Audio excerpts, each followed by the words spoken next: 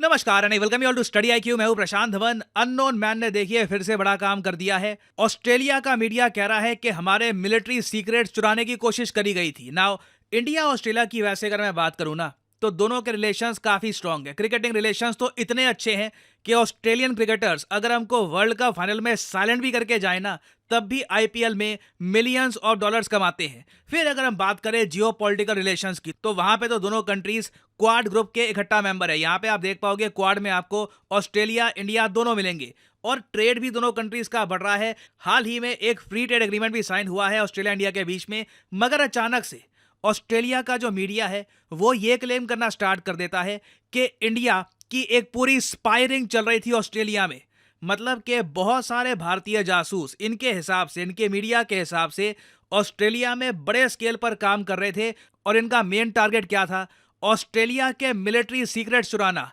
कि Australia defence के मामले में क्या कर रहा है, ये लोग कोई नए प्रोजेक्ट पे काम कर रहे हैं या नहीं कर रहे। हालांकि मुझे पर्सनली आप मुझसे पूछें, ऑस्ट्रेलियन मिलिट्री के पास कुछ ऐसा है नहीं जो हम चुराना चाहेंगे। ना इनके पास एयरक्राफ्ट कैरियर, ना न्यूक्लियर पावर्ड सबमरीन। और ऑकस के अंडर जो इनके लिए न्यूक्लियर पावर्ड सबमरीन बनेगी भी, वो ऑस्ट्रेलिया में नहीं बनने वाली, वो यूएस और यूके बनाएंगे। तो इनका क्लेम करना है कि हम लोग इनके मिलिट्री सीक्रेट चुराना चाहते थे, बट ऑनेस्टली ऑस्ट्रेलिया के पास कुछ है नहीं इतना चुराने के लिए। मगर ऑस्ट्रेलियन मीडिया लगातार इस पर लेख लिख रहा था। और यहां पे आप देख पाएंगे, India's Modi government operated a nest of spies in India before being disputed by ASIO। और ASIO की फुल फॉर्म है ऑस्ट्रेलियन सीक्रेट इंटेलिजेंस ऑर्गेनाइजेशन। जिस तरीके से भारत में रॉ आईबी है, उसी तरीके से ऑस्ट्रेलिया में है ASIO। तो इनका यह कहना है कि इनकी सिक्योरिटी एजेंसीज ने रोक दिया, नहीं तो भारत के स्पाइस ऑल ओवर ऑस्ट्रेलिया फैल चुके थे। ना इस टॉपिक पर थोड़ा सा और डिस्कशन करने से पहले ना, मैं आपको एक पैटर्न दिखाना चाहता हूं। अब तक तो आपने नोटिस कर लिया होगा कि जो फाइव आइज कंट्रीज हैं, मैंने आपको बहुत टाइम पहले बताया था कि एक इंटरनेशनल ग्रुप है जिसका नाम है फाइव आइज। यहां पे आपको ये सब देश मिलेंगे, यूएसए, कनाडा, न्यूजीलैंड, ऑस्ट्रेलिया और यूके। और ये पांचों देश इन डेप्थ इंटेलिजेंस शेयरिंग करते हैं। और वैसे मुझको याद है फाइव आइज के बारे में ना, मैंने कई साल पहले, आई थिंक 3-4 साल पहले एक वीडियो में आप सबको बताया था। उस वक्त लोगों ने फाइव आइज को ऐसे देखा कि इतना सुनने में तो आता नहीं है, ठीक है ग्रुप होगा, मगर इनकी फंक्शनैलिटी क्या है, इनका इम्पैक्ट क्या है दुनिया में। तो जब निज्जर का केस सामने आया कनाडा में, और कनाडा ने ओपनली आरोप लगाया भारत पे कि इंडिया ने एक कनेडियन नागरिक को कनेडियन धरती पे मारा है, उसके बाद जो ये फाइव आइज अलायंस है ये न्यूज में आ गई थी। क्योंकि जो इनपुट है, जो इंटेलिजेंस इनपुट है जो कनाडा को मिला था, जो कनाडा क्लेम करता है, वो फाइव आइज कंट्रीज से ही आया था। और इन तीनों कंट्रीज की यूनिटी आप ये देख लीजिए, पहले आरोप लगाया कनाडा ने, उसके बाद आरोप लगाया यूएसए ने। यूएसए ने भी आपको पता होगा पन्नू के केस में इंडिया पे आरोप लगाया। यूके अभी के लिए शांत है, मुझे पता नहीं फ्यूचर में इनकी तरफ से भी कुछ आरोप आ जाए। यूके अभी के लिए शांत है, मगर अब रिसेंटली हमने देखा है कि ऑस्ट्रेलिया भी अब बोल पड़ा है। ये तीसरा फाइव आई कंट्री है। हालांकि मैं ये कहूंगा ऑस्ट्रेलियन गवर्नमेंट थोड़ा सा सॉफ्ट तरीके से बात कर रही है, इनका मीडिया काफी भड़क रहा है। इनका मीडिया लगातार कह रहा है कि इंडिया के बहुत सारे स्पाइस ऑपरेट कर रहे थे ऑस्ट्रेलिया में, ये ऑस्ट्रेलिया की सारी जानकारी निकालने की कोशिश कर रहे थे। अब एक क्वेश्चन आपके माइंड में आएगा कि जो ये लगातार आर्टिकल पब्लिश कर रहे हैं, इसके पीछे कुछ इनके पास प्रूफ है, कुछ एविडेंस है। देखिए, ऑस्ट्रेलियन मीडिया का ये कहना है कि 2020-2021 के बीच में जो एएसआईओ के एक ऑफिशियल हैं, इन्होंने एक भाषण दिया। काफी बार देखो एएसआईओ की मीटिंग्स होती हैं, ये लोग ब्रीफिंग देते हैं, बहुत बोरिंग सी होती है। 2-4 रिपोर्टर आते हैं, पूछते हैं हाँ जी बताइए। क्या आप इमेजिन कर सकते हैं, एएसआईओ ना कोई मोसाद है, ना रॉ है, ना सीआईए है, तो कुछ ग्लैमर नहीं है इनसे जुड़ा हुआ। तो जो भी इनकी रिपोर्ट होती है वही होती है कि हाँ जी ऑस्ट्रेलिया को हम सुरक्षित रखने की कोशिश कर रहे हैं, हम बिल्कुल काम कर रहे हैं, ऑस्ट्रेलिया को कुछ होने नहीं देंगे। तो ज्यादातर जो भी इनकी न्यूज है ये आप कह लीजिए बोरिंग सेक्शन में चली जाती है। तो 2020-21 में एएसआईओ के ऑफिशियल ने कहा था कि एक देश है, देश का नाम नहीं लिया, इन्होंने कहा एक देश है, वो बहुत बड़े स्केल पर हमारे कंट्री ऑस्ट्रेलिया में एक स्पायरिंग चला रहा था। इनके बहुत सारे जासूस हमारे देश में आ चुके थे और ये लोग हर टाइप की जानकारी ऑस्ट्रेलिया के बारे में निकालने की कोशिश कर रहे थे।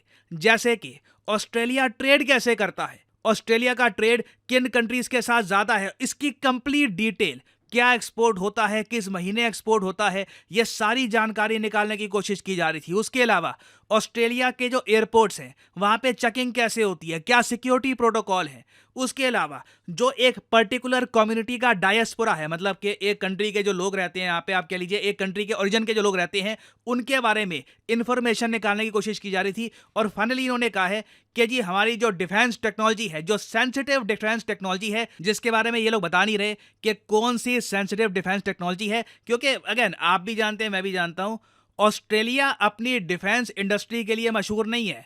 ऑस्ट्रेलिया क्रिकेटर्स के लिए या फिर आप कह लीजिए जो इनके एजुकेशनल इंस्टीट्यूशंस हैं, जो ये लोग कोयला यूरेनियम एक्सपोर्ट करते हैं, उसके लिए प्रेडोमिनेटली ऑस्ट्रेलिया जाना जाता है। डिफेंस टेक्नोलॉजी में क्या ये स्पाइस चुराने की कोशिश कर रहे थे, इन्होंने क्लियर किया नहीं। खैर 2021-22 में ASIO की तरफ से ये सब स्टेटमेंट्स आई, मगर इन्होंने कंट्री रिवील नहीं करी। अब कोइंसिडेंस आप कह लीजिए, इत्तेफाक, कि जब भारत में चुनाव चल रहे हैं तब अचानक से ASIO की तरफ से एक ऑफिशियल कंफर्म कर देता है कि जिस कंट्री की हम बात कर रहे थे ना 2021-22 में, वो इंडिया है। और अब हम देख रहे हैं अचानक से ऑस्ट्रेलियन मीडिया लगातार ऐसे आर्टिकल्स पब्लिश कर रहा है कि देखिए इंडिया तो बहुत सारे स्पाइस ऑपरेट कर रहा था ऑल ओवर ऑस्ट्रेलिया। मगर अभी भी यहाँ पे एक सवाल आ सकता है कि ये सब बातें तो कर रहा है ऑस्ट्रेलियन मीडिया, ऑस्ट्रेलिया की सरकार ने क्या कहा? ये जो सारी बातें कही जा रही है कि ऑस्ट्रेलिया के जो डिफेंस इंटेलिजेंस चीफ हैं, इनके अंडर 2020-21 में इंडियन स्पाइस को निकाला गया था ऑस्ट्रेलिया से और इनको वापस इंडिया भेजा गया था क्योंकि ये बहुत जासूसी कर रहे थे ऑस्ट्रेलिया में। अब देखो इंटरेस्टिंग बात यहाँ पे ये भी आती है, कोई जासूस पकड़ा भी नहीं गया, कोई जेल में भी नहीं है। कनाडा में भी सेम केस है, यूएसए में भी सेम केस है। सेम केस आपको मिलेगा इंटरेस्टिंगली कनाडा में, यूएस में भी सेम केस है। यूएस में भी जो इंडियन स्पाई है अभी तक अमेरिकन जेल में नहीं है। तो इन सब चीजों को लेकर जब ऑस्ट्रेलियन गवर्नमेंट से पूछे गए सवाल कि बताइए कि इंडिया क्या ये सब कर रहा है, तो ऑस्ट्रेलियन मिनिस्टर्स ने इसके बारे में कमेंट करने से मना कर दिया। सीधा सीधा एक रिप्लाई किया, इंडिया हमारा दोस्त है, इंडिया के साथ हमारे रिलेशंस बहुत ज़्यादा अच्छे हैं। यहाँ पे आप देख पाओगे article, Australian ministers won't comment on media reports that Indian spies were secretly expelled. A senior Australian government minister says the bilateral relationship with India is good and has improved in recent years। और साथ में जब इनसे ये पूछा गया मगर जासूस, तो एक जवाब आया, I don't want to get into those kind of operational issues in any way। कि एक भी स्टेटमेंट मेरे मुंह से उस बारे में नहीं निकलने वाली। और लगता है कि ऑस्ट्रेलिया की तरफ से ये फाइनल स्टेटमेंट होगी। जो कनेडियन गवर्नमेंट कर रही है वैसा स्टांस ऑस्ट्रेलिया का नहीं रहने वाला। मगर मैं आपको ये बता दूं कि अब ऑस्ट्रेलियन मीडिया ने भी जो ये रिपोर्ट्स पब्लिश करी है ना, और इससे पहले यूएस का इशू, कनाडा का इशू, दुनिया में ना इंडिया की जो स्पाई एजेंसीज हैं इनको एक लेजेंडरी स्टेटस मिल चुका है। मैं ये नहीं कहूँगा वो वाला स्टेटस, वो इमेज अभी बन गई है हमारी जैसे मोसाद की है, CIA की है, मगर आप कह लीजिए दुनिया के बहुत सारे देश अब इंडिया के स्पाइस को, इंडिया की इंटेलिजेंस को कई गुना ज़्यादा सीरियसली लेंगे इन सब इंसिडेंसेस के बाद। तो खैर अभी ये टॉपिक काफ़ी न्यूज़ में है, इससे रिलेटेड कुछ और बड़ी न्यूज़ सामने आएगी जो मुझे लगता नहीं है कि आएगी। ऑस्ट्रेलिया कहीं से नहीं चाहता कि ये इशू एक ऐसा रीज़न बने कि इंडिया के साथ इनके रिलेशंस ख़राब हो जाएं, जो कनाडा के साथ हो रहा है वैसा हो जाए ऑस्ट्रेलिया के साथ। मुझे उसके संकेत लग नहीं रहे, तो मोस्ट प्रॉब्ली ये इशू दबी जाएगा। बट कुछ अगर मेजर अपडेट्स आती हैं इससे रिलेटेड तो मैं आपके लिए बाद में वीडियो ले आऊँगा। और फाइनली आपसे मैं यहाँ पे एक सवाल पूछूंगा, हाल ही में मिलियन मियावाकी, ये काफ़ी न्यूज़ में है, आपको बताना है कि कौन से देश की एम्बेसी है जो भारत में एक NGO के साथ मिलकर पूरे भारत में बहुत सारे पेड़ प्लांट करने वाली है, जिससे भारत के जो शहर हैं उनकी एयर क्वालिटी इंप्रूव होगी।